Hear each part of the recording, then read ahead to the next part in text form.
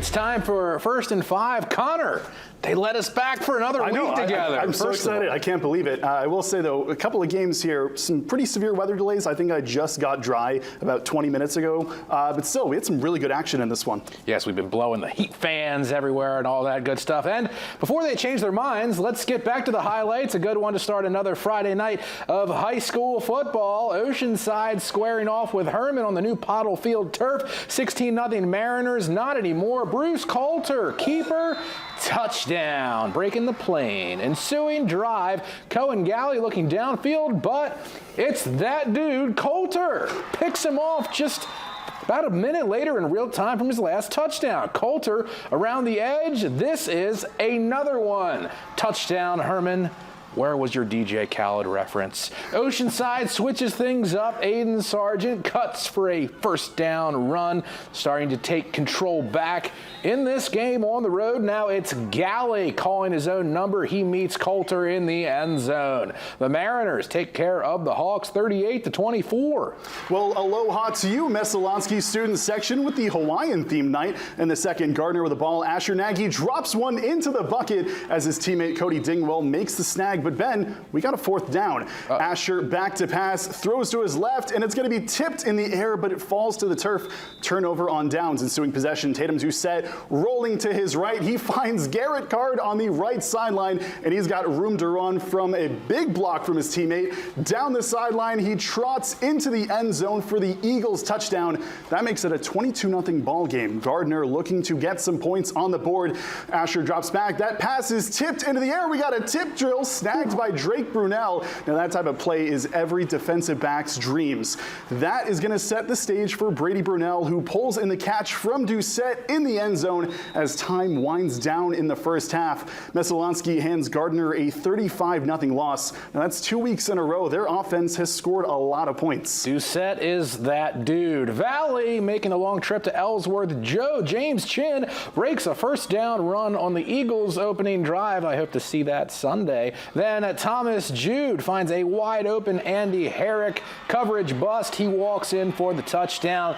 Ellsworth calls on Dan Carter to rumble up the middle for the 2-point conversion. Love to see it. James Chin out from 18 yards. Another touchdown after a punt was blocked. He's just a touchdown machine down the sideline. Eagles up 3 scores there. They take this one over Valley 54-24.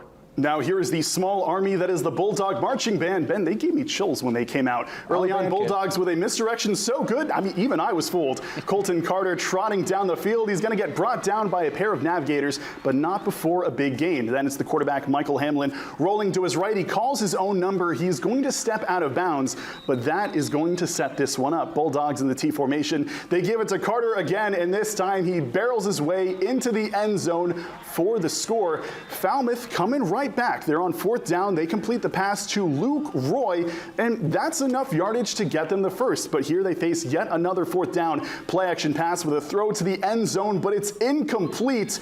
And Lawrence will go on to win this one at home against the Navigators 27-8. All right, Dexter and Lincoln to face off against Manitowoc Academy. Scoreless going into the second quarter until this rocket to Will Spratt. He races into the end zone. Touchdown, Tigers. Big play to break the ice in the first half, and his teammates love it. Later, Spratt back at it again, catches another missile and slides into the red zone, but the drive would stall. Dexter finds Pater this time. Bryce Cooper is on the board for the road team. Now in the second half, Lynx down by 20, getting desperate to get on the board. Emmett Fitch juggles and makes this catch. M.A. would score, and then later on, Harper Jenkins does the dirty work down low, notching the 2-point conversion. The Tigers would edge the Lynx 20-14.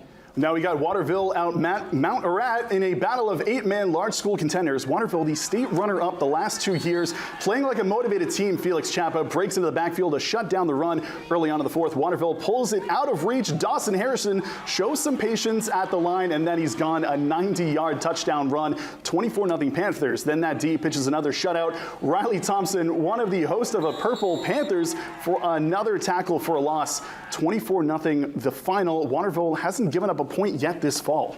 That's not very nice. Bucksport going to Holton. It was Shire Towners getting on the board first. Isaiah Irvin all the way to the end zone. Holton with an 8-0 lead in the early going thanks to this kind of performance. Now it's Bucksport striking back. One of their offensive weapons is Cameron Weber, breaking a few tackles and goes all the way for a touchdown. 8-6 after that, no two-pointer there. Bucksport back after a fumble recovery. Aiden McGuire setting up the offense, and he would survey and eventually find Aiden DeBeck. Looking for many weapons tonight. Wide open touchdown. Golden Bucks win 42-40 thanks to a 2-point conversion stop against Irvin. Now we got Poland's playing its home opener against Old Town. First quarter, Old Town starting to drive. Elijah Alston picks up some first down yardage, but they turn it over just a few plays later.